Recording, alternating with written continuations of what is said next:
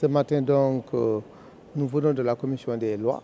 Il faut bien dire que depuis que le groupe parlementaire a déposé sa requête pour une demande de constitution d'une commission d'enquête parlementaire sur le bureau de l'Assemblée, le bureau l'a enrôlé et avait donc demandé à la conférence des présidents de se réunir. La conférence des présidents s'étant réunie, a approuvé l'idée et a demandé maintenant à la commission des finances de se réunir pour la mise sur pied.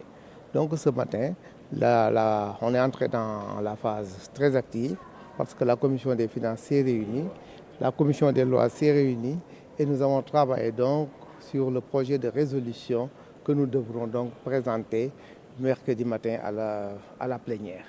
Donc la commission a adopté le projet de résolution, l'exposé des motifs que le groupe a eu à faire pour fonder notre demande. L'exposé des motifs ayant été fait, donc la réunion a donc adopté le projet de résolution que nous allons présenter à la plénière mercredi.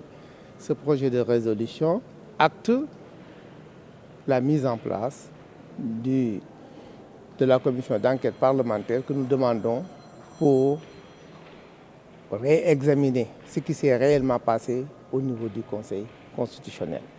Qu'est-ce qui a prévalu pour l'invalidation de la candidature de notre candidat Karim Meïssa Wade et les autres candidats qui étaient et l'ensemble des incohérences que nous avons eu à remarquer et à voir au niveau du Conseil constitutionnel.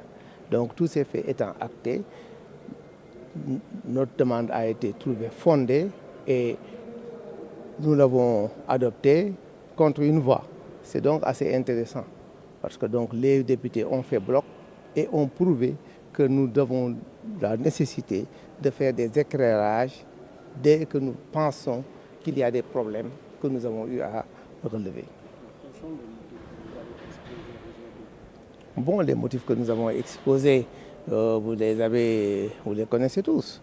Notre candidat a été recalé parce qu'on dit que sa nationalité n'est pas avérée. Nous pensons que le Conseil constitutionnel, qui doit être au-dessus, doit juger de l'esprit des lois. Et dans leur âme et conscience, au moment où ils tranchaient, au moment où ils prenaient leur verdict, ils savaient bien que Karim Meïssa Wade était bel et bien exclusivement de nationalité sénégalaise. Et c'est ça la conviction, parce qu'ils avaient entre les mains les textes qui le prouvaient. Donc juger dire autre chose, ou bien acter autre chose, nous pensons que c'est partisan. C'est pourquoi nous jugeons que leur décision est infondée. Alors, par rapport aux autres candidats aussi, vous allez le voir dans notre requête. Des candidats ont été recalés parce que leur clé n'a pas pu être ouverte. Des candidats ont été recalés. On parle de 900 000 électeurs absents du fichier. Ça, c'est des aberrations. On ne peut pas laisser passer ce processus qui présage déjà de lendemain. C'est pourquoi nous disons qu'il faut bien que les acteurs politiques sérieux, qu'on s'arrête sur le processus, qu'on voit les choses de face. Si on laisse ces choses passer, continuer le processus et nous engager dans cela, ce sont des lendemains incertains. Les Sénégalais ne peuvent pas accepter ces choses qui se passent. Est-ce que le PDS a des preuves de ces accusations? Oui, nous leur avons bien dit que le moment venu, la commission d'enquête devrait donc éclairer. Et ce qu'il faut se dire, une commission d'enquête, elle est mise en place pour prendre les informations et pour éclairer le Parlement sur les allégations et tout ce que l'on présage. Alors la commission d'enquête devrait donc prouver tout ce que nous avons écrit dans notre demande de mise en place de la commission d'enquête parlementaire. On parle de supposée corruption de certains membres du Conseil constitutionnel. Aujourd'hui, qui est-ce que vous indexez? De toute façon, tout cela, je ne peux pas, je suis déjà moi dans le processus. La commission d'enquête, son rôle, c'est de travailler à éclairer l'opinion sur le Parlement par rapport à l'ensemble de ces velléités de suspicion, de concussion et de collusion des juges ou bien des membres du Conseil avec d'autres entités qui sont peut-être dans le gouvernement, dans le Bénin, etc. C'est ça que nous jugeons inacceptable. Alors,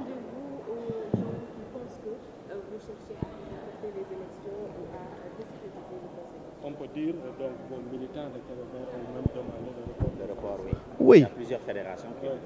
Oui, le parti, dans un même élan, se dit que nous ne voulons pas, nous ne concevons pas, nous ne sommes pas d'accord et ne voulons pas que des élections se tiennent sans notre candidat. C'est pourquoi nous demandons le report. Ça, nous sommes catégoriques. Parce que nous sommes lésés. Karim Wade doit participer à ces élections. Et vouloir faire continuer la machine sans cela, c'est pourquoi nous demandons qu'il soit rétabli, qu'il soit remis sur la liste des candidats, parce que nous savons qu'il en a été écarté injustement, ou bien qu'on arrête le processus jusqu'à ce que les choses soient claires. En tout cas, nous ne sommes pas d'accord que les élections se tiennent au Sénégal sans notre candidat qui a été injustement élagué des listes. C'est pourquoi nos militants et nous tous, nous sommes unanimes à dire que quitte même à reporter ces élections, pourquoi pas. Ça, on est catégorique. Les dés ne sont jamais jetés en politique. C'est rien, le processus peut être stoppé. Et d'autant plus qu'on va déclencher une procédure d'enquête parlementaire. Et vous avez vu tous les levées de bouquets. En tout cas, il est en train de s'installer au Sénégal une véritable crise. Quand des juges s'arguent le droit de dire que nous n'allons pas répondre à l'audition qui devrait être faite par le Parlement. Le principe le Parlement est au-dessus de tous. Le Parlement a ses prérogatives, les juges ont leurs prérogatives. Le Parlement est au-dessus de tout. Nous représentons le peuple. Le Parlement peut même mettre en cause le président de la République. Il y a des... Alors, aucun Sénégalais n'est au-dessus du Parlement. Le Parlement représente le peuple et notre action est une action constitutionnelle. C'est la Constitution qui nous donne ce droit. Et ça a été repris par notre règlement intérieur à son article 48. Notre action est fondée par la Constitution et par des lois organiques qui fait que le Parlement est fondé à mettre en place des commissions parlementaires pour éclairer sur toute question. Et en cela, le Parlement peut convoquer tout le monde pour les entendre. En tout cas, ça c'est devant nous. Je pense que l'action de l'UMS, c'est une action corporative, c'est un syndicat. Ils ne peuvent que défendre leurs collègues. Mais nous, on n'est même pas sur leur terrain. Nous ne sommes pas des juges. Nous faisons une enquête parlementaire. Une enquête parlementaire, ça a ses normes et ça a ses objectifs. Nous ne jugeons pas, mais nous devons éclairer le Parlement sur les faits et les allégations qui ont été mises en cause dans notre ordre. Le chef de l'État n'est pas notre interlocuteur. C'est à lui de prendre ses responsabilités.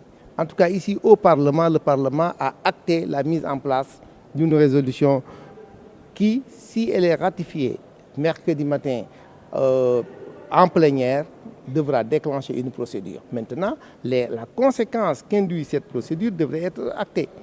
En tout cas, il faudrait que nous soyons consistants avec nous-mêmes.